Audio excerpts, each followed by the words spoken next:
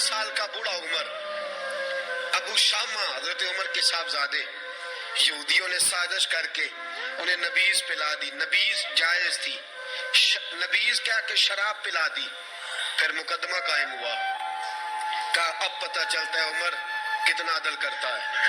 سیدنا فاروق اعظم کے پاس گواہ آئے، صاحبزادہ اندر کھانا کھا رہا تھا.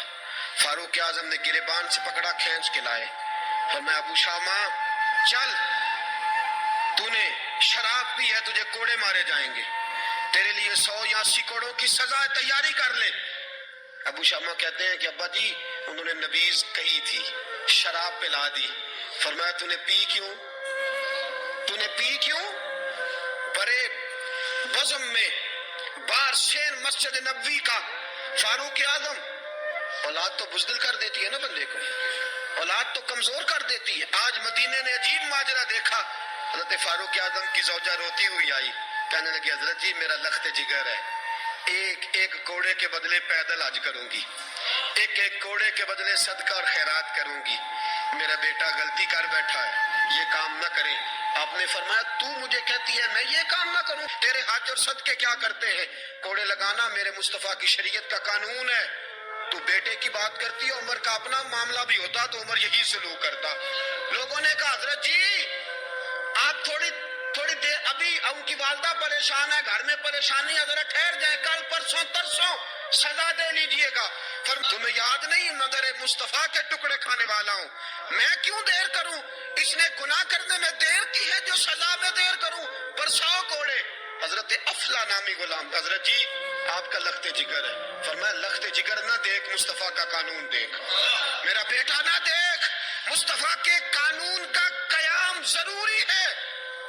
اگر علی بیٹے کی قربانی دے سکتا ہے، اگر لوگ فاطمہ کے بیٹے کی قربانی یاد رکھیں گے تو تاریخ کبھی بھی عمر کے بیٹے کی قربانی نہیں بھولے گی.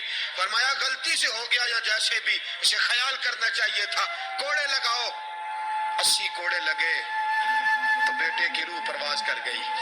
جب فاروق اعظم کے بیٹے کا انتقال ہوا، بیٹے نے آنکھیں کھولی، باپ کی طرف دیکھا تو سیدنا فاروق اعظم عدل و انصاف کو 2 آنسو آنکھوں میں آئے. کہا بیٹا حضور سے جا کے کہنا کہ عمر نے بیٹا نہیں دیکھا، آقا تیرا قانون دیکھا. جا کے حضور سے میرا پیغام دینا. حضرت ابو شامہ رضی اللہ تعالیٰ عنہ وصال کر گئے. حضرت ابو شامہ کا وصال ہو گیا، 20 کوڑے باقی تھے. لوگوں نے حضرت جی آپ کیا کرنا ہے؟ فرمایا اس کا جنازہ پڑھو، اسے قبر میں دفن کرو، باقی 20 کوڑے اس کی قبر پہ مارو. اس کی قبر پہ 20 کوڑے مارو. کہا حضرت جی ایسا بھی ہوتا ہے؟ فرمایا اس لیے ایسا ہوتا ہے کہ یہ میرے مصطفیٰ کا قانون ہے. میری اولاد کا معاملہ ہے تو میں درگزر کروں. فرمایا مارو کوڑے. حضرت سیدنا حذیفہ بن یمان فرماتے ہیں فاروق اعظم بیٹے کی قبر پہ کھڑے تھے، داڑھی آنسوؤں سے بھری ہوئی تھی. میں دوڑا ہوا آیا، میں نے کہا عمر نہ رو، آج خواب رات تیرے بیٹے کا جنازہ تھا، جنازہ پڑھ کے سویا ہوں تو خواب میں مجھے رسول پاک کی زیارت نصیب ہوئی ہے.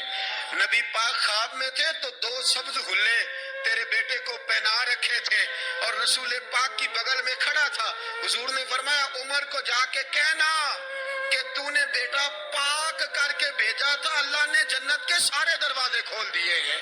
اللہ نے اور عمر کو میرا سلام کہنا اور اسے کہنا عمر تیرا حدود اللہ قائم کرنا خدا کو بھی پسند ہے، مصطفیٰ کو بھی پسند ہے.